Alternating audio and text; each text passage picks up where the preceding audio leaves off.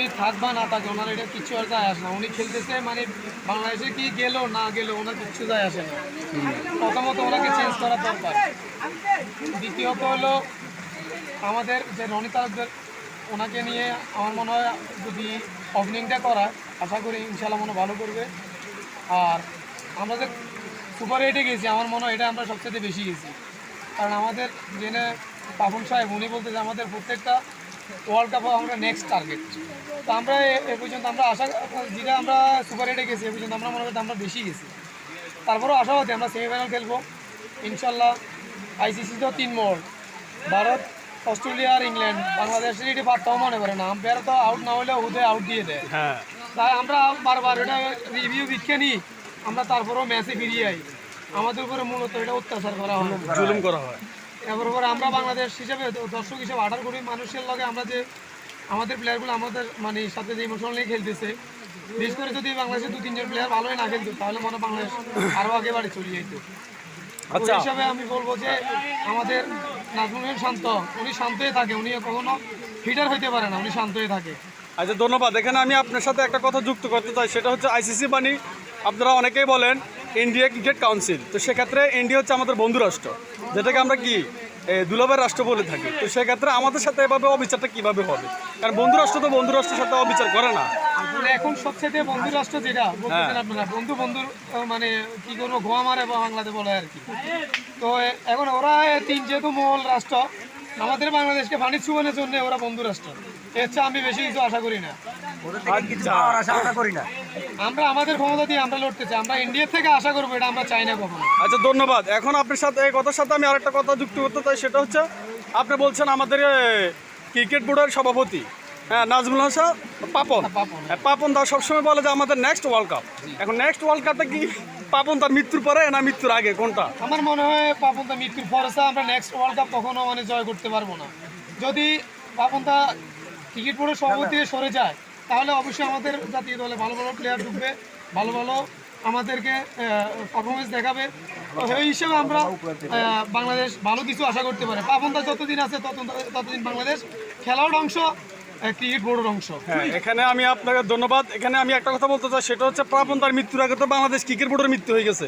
তো সেক্ষেত্রে আমি এখান থেকে এটা কিভাবে আমরা উপরে উঠতে পারি বা নেক্সট ওয়ার্ল্ড কাপটা আমরা জয়লাভ করতে পারি, সেই হিসাবে আপনি যদি আপনার মতামতটা প্রকাশ করেন। আমার মতে এখন পাপন দারে আজকে যদি সরাই দিই, কালকে যদি আমাদের মাসাবিন মুর্তজা সভাপতি আসে এবং কি আমাদের সালাউদ্দিন স্যারকে যদি প্রধান কোচ করা হয় তাহলে আশা করি ইনশাআল্লাহ বাংলাদেশ ভালো খেলবে ইনশাআল্লাহ। আচ্ছা ধন্যবাদ। আমাদের যে T20 world cup next match, তো আপনি সেই বিষয়ে কতটুকু আশাবাদী? আমরা পারবো কি? ভাই এই হিসেবে আশাবাদী হলাম আমরা এখন শুধু আমরা 3 জনের সাথে লড়তেছি না, পুরা 3টে গ্রুপের সাথে লড়তেছি। যেমন অস্ট্রেলিয়ার সাথে আমাদের প্রথম ম্যাচ, জি। তো আমাদের এখানে আম্পায়ার থাকবে আমাদের বিপক্ষে, অস্ট্রেলিয়া তো বিপক্ষে রয়েছে এবং কি ভারত হিসেবে আমরা হারিয়েছি, যেহেতু সেমিফাইনাল না যায় যেহেতু না সুবানি যায়, এই জন্য ভারত হিসেবে আমরা যে হারিয়েছি। তবে আমরা আশাবাদী 100% 18 কোটি মানুষ আমরা বাংলাদেশের দলের সাথে আছি, যতই খারাপ খেলুক তারপরেও আছি।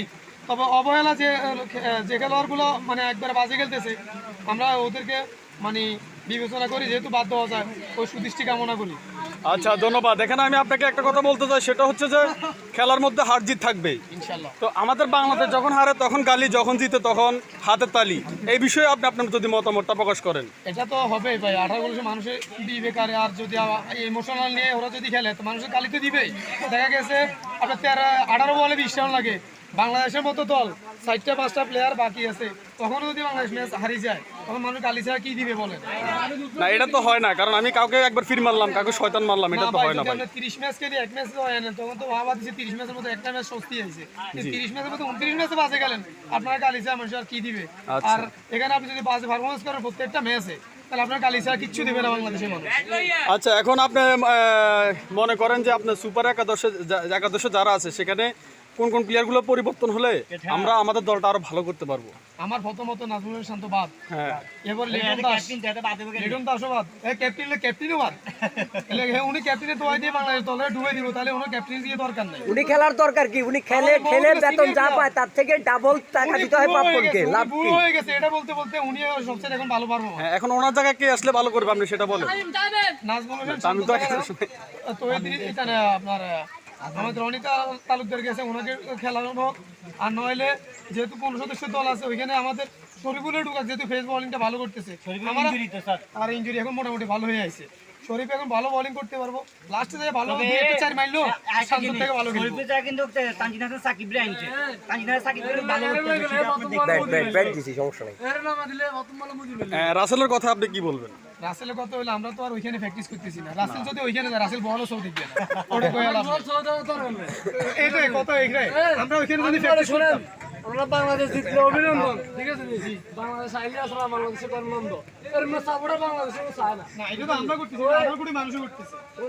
আর আপনি একবার চিন্তা করেন, আপনি যদি একটা প্লেয়ার যদি 18 কোটি মানুষের সাথে আপনি যদি মানুষের সাথে খেলেন, মানুষ আপনারা অবশ্যই গালি দিবে। আপনি যদি ভালো কিছু আমরা বাহবা দিবে। আপনার মতে বাংলাদেশ জাতীয় দলের, ঠিক আছে নি, কারা কারা প্রয়োজন নামগুলো বলে, পুরো নাম তো এখন বলেন, যারা বাজে খেলছে তাদেরকে চেঞ্জ করে। বাজে কারা কারা?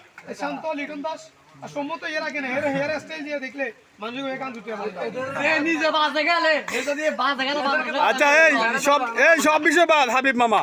এখন আমাদের ভবানীপুরের এই ভাইয়ারা যে প্রীতি ম্যাচটা হয়েছে, এখন বৃষ্টির কারণে তো আমাদের এখন খেলার অনুপযোগী। সেক্ষেত্রে আপনি আপনার মতামত বলেন, কি খেলা হবে না হবে না? না, এটা পরিদীপ্ত। আর পরিত্যক্ত না? যেহেতু এরা খেলছে, এদেরকে বাহবা দিয়ে আমরা মেহমানদেরকে পাঠাই দিই, সমস্যা নাই। তবে ওরা ভালো খেলছে, 3টে ওভারে ওরা বাংলাদেশের মতো হয়ে গেছে। 3টে ওভারে 8 রান করতে পারে নাই, এটার জন্য দুঃখিত। 5 ওভারে এটার জন্য সমবেদনা জানাই, পাপনদার পক্ষ থেকে অভিনন্দন। অভিনন্দন।